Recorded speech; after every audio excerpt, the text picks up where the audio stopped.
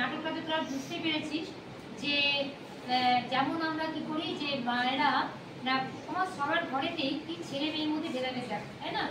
এই ছোট নাটকটার মধ্যে তোরা নিশ্চয়ই বুঝতে পেরেছিস ব্যাপারটা, যে ছেলে মেয়ে দুজনকে কিন্তু সমানভাবে দেখতে হবে। মানসিক স্বাস্থ্য বিষয়ে কিছু আলোচনা শুনবো। এইবার আমি আজকে যেটা বলবো সেটা হচ্ছে লিঙ্গ বৈষম্য নিয়ে। অলরেডি তোমরা একটা নাটক করলে লিঙ্গ বৈষম্য নিয়ে, বেশ ভালো লেগেছে, বেশ সুন্দর করেছে। তা আমি তোমাদের আরেকটু বলে দিই লিঙ্গ বৈষম্য নিয়ে ব্যাপারটা। তাহলে দেখো, আমরা তো সবাই মানুষ। এখানে কি বলছে, there is no health without mental health.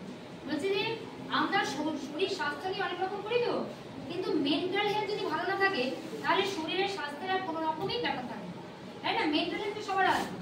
মানসিক সুস্থতা যদি না থাকে তাহলে আমাদের কিন্তু এমনি যতই আমরা ফিজিক্যালি স্ট্রং হই না কেন সেটা কোনো মানে নেই। এইটা মেয়েরা করেছে, খুব সুন্দর হয়েছে না? আরেকটা আমাদের এখানে প্রোগ্রাম করেছে, এখানে একটা যেটা যে মেন্টাল হেলথের ব্যাপারে যে আমাদের ছেলে বা মেয়ে হিসেবে বিচার করব না। আমরা সব মানুষকে সমান সম্মান করব। আমাদের নিজেদের মন খারাপ থাকলে উপনা সাহস করে এবং মানুষের মানসিক স্বাস্থ্যের পক্ষে কথা বলবো।